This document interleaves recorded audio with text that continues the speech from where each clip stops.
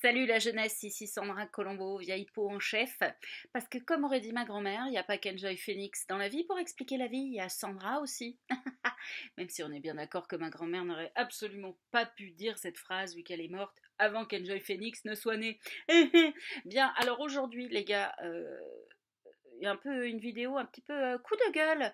Oui, parce que ça y est, j'en ai marre, ça y est, ça fait un moment que ça me travaille de faire cette vidéo. Mais là, je me suis dit, bon, bah là, c'est le moment.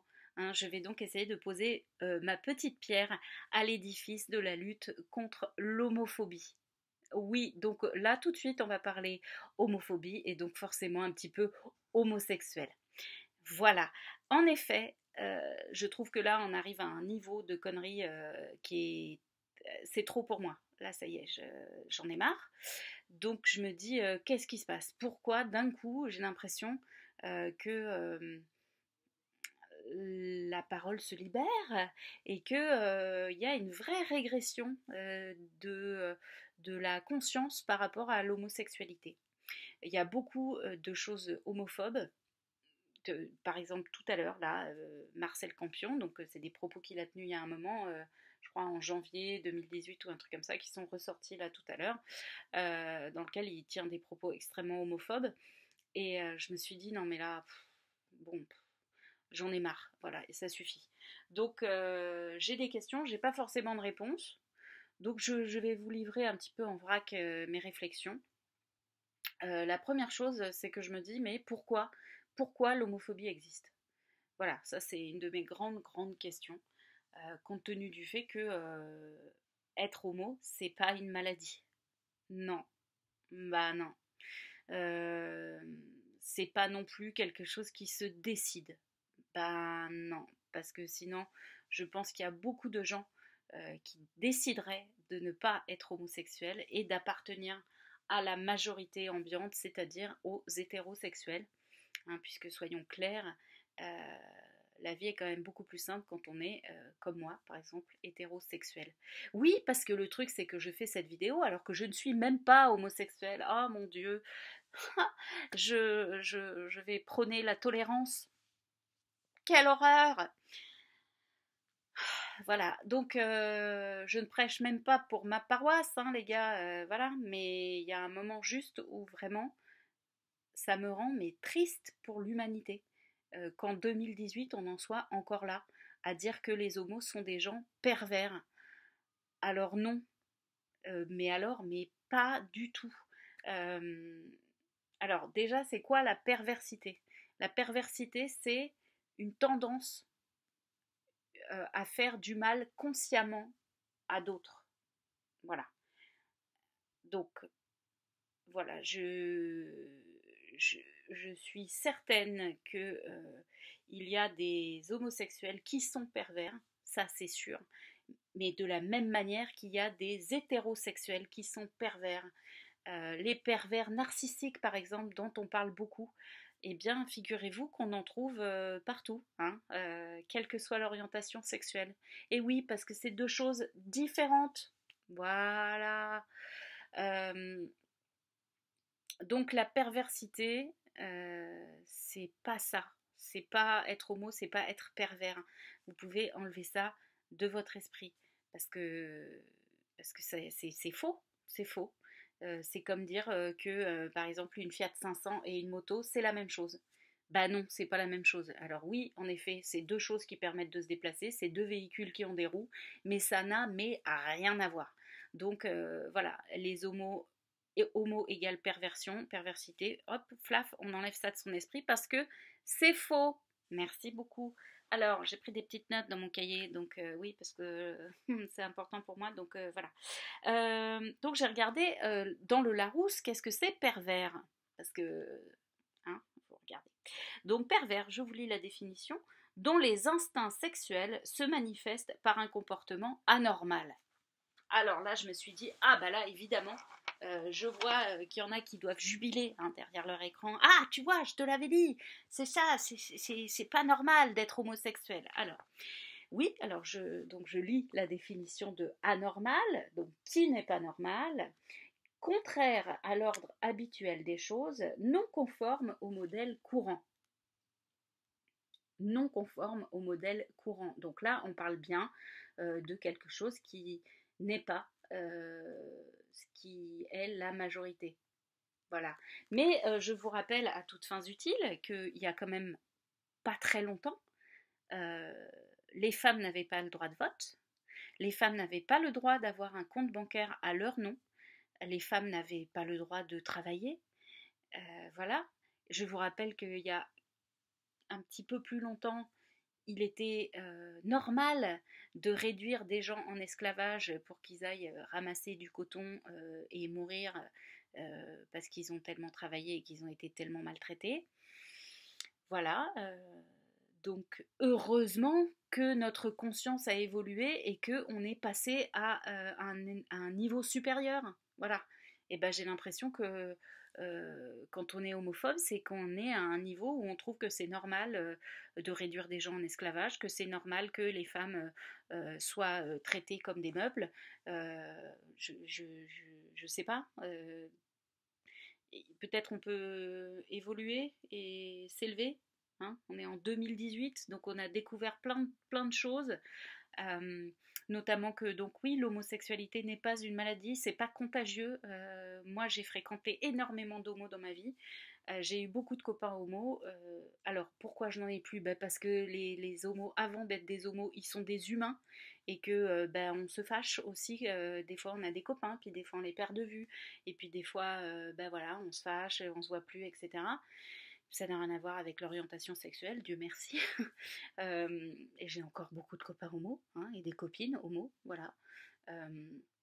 Et ce que j'ai attrapé en fréquentant des homos, c'est quoi? Eh ben, c'est une plus grande tolérance, une plus grande ouverture d'esprit.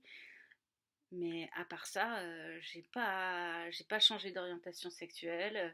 Je me suis pas mise à aimer les femmes. Ben non, parce que encore une fois, c'est pas, ça s'attrape pas, les gars. Donc vous pouvez y aller tranquille. D'ailleurs, j'ai remarqué, c'est aussi une autre de mes réflexions, je me suis dit que c'était beaucoup de l'homophobie sur les hommes, en fait.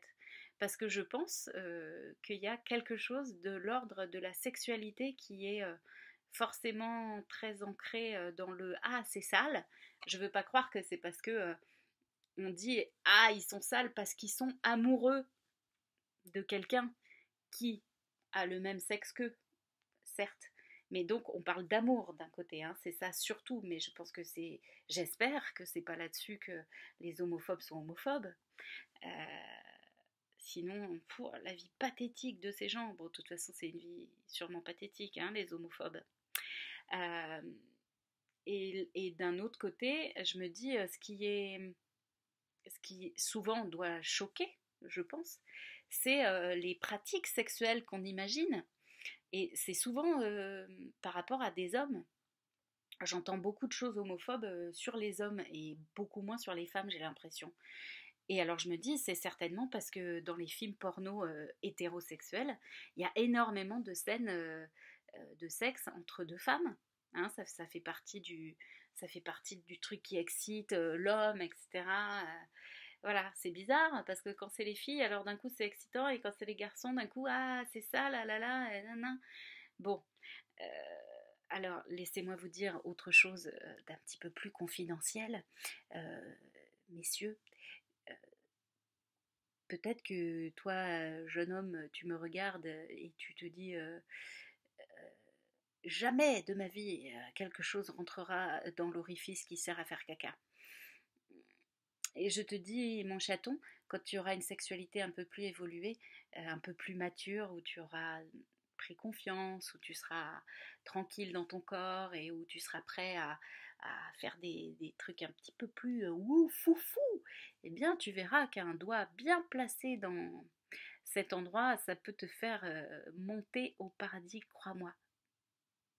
Oui, on en reparle si tu veux, d'accord? Voilà, c'était une petite parenthèse. Bien, euh, qu'est-ce que je vous disais? Voilà, donc oui, je me dis que les homophobes, c'est certainement parce qu'ils ont peur. Alors peut-être est-ce qu'ils ont peur parce qu'ils se sentent extrêmement attirés.